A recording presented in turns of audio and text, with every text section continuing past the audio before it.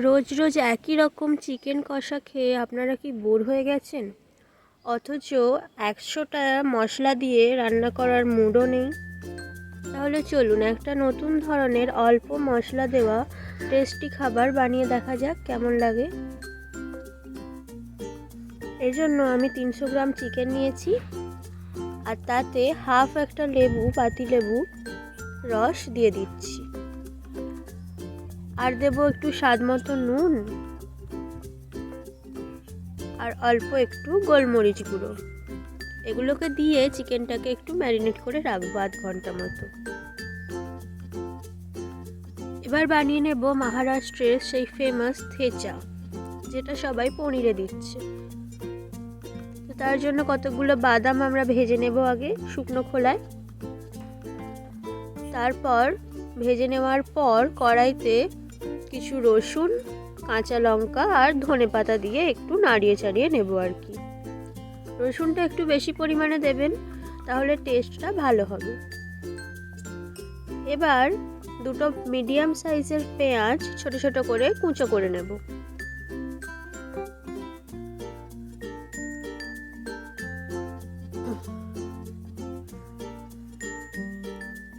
এবার ওই কড়াইতেই একটু সর্ষের তেল আমরা গরম করব। এই রান্নাটা সর্ষের তেলে করলেই বেস্ট হবে। সেই সর্ষের তেলে পেঁয়াজগুলো দিয়ে ভাজা ভাজা করে নেব।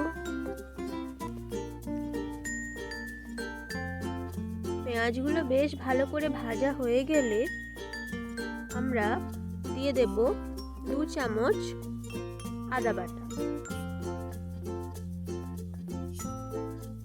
আর দেবো একটু কাশ্মীরি লাল লঙ্কার গুঁড়ো, যাতে কালারটা একটু ভালো হয়, আর একটু হলুদ গুঁড়ো।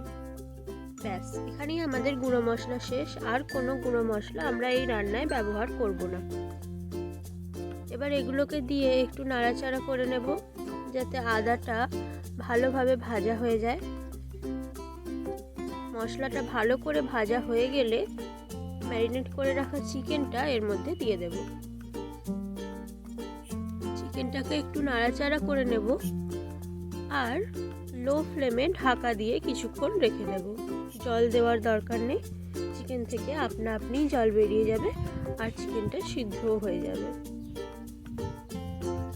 বাই দ্য ওয়ে, এই রেসিপিটা কিন্তু স্পাইসি লাভারদের জন্য, যারা ঝাল খেতে খুব ভালোবাসেন তাদের কিন্তু এই রেসিপিটা একেবারে জমে যাবে এই শীতেতে।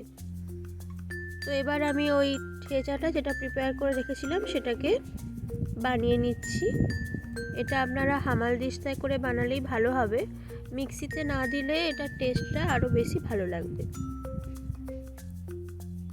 5 মিনিট পর চিকেনটার ঢাকা খুলবো।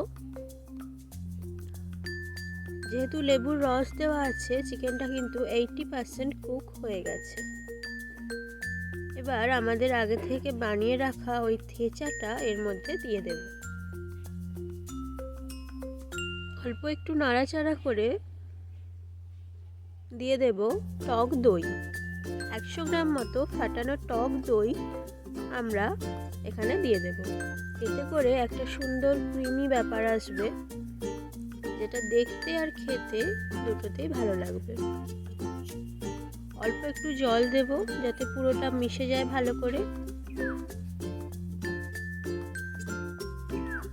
এবার এটাকে মিশিয়ে নিয়ে আরও কিছুক্ষণ আমরা ঢাকা দিয়ে রাখবো, ওই 5 মিনিট মতো। তাহলেই আমাদের চিকেন রেডি হয়ে যাবে। রাতে রুটি বা পরোটার সাথে এই চিকেনটা কিন্তু একদম জমে যাবে। একবার বাড়িতে অবশ্যই ট্রাই করে দেখবেন, আর যখন ভালো লাগবে আমাকে কমেন্ট করে জানাবেন যে আমার রেসিপিটা কেমন লাগলো। এরকম আরও সুস্বাদু রেসিপি পাওয়ার জন্য আমার চ্যানেলটি সাবস্ক্রাইব করে রাখুন আর একটা লাইক দিয়ে আমাকে মোটিভেশন জানান, যাতে আমি আরও এরকম রেসিপি আপনাদের সামনে তুলে ধরতে পারি। ভালো থাকবেন, নমস্কার।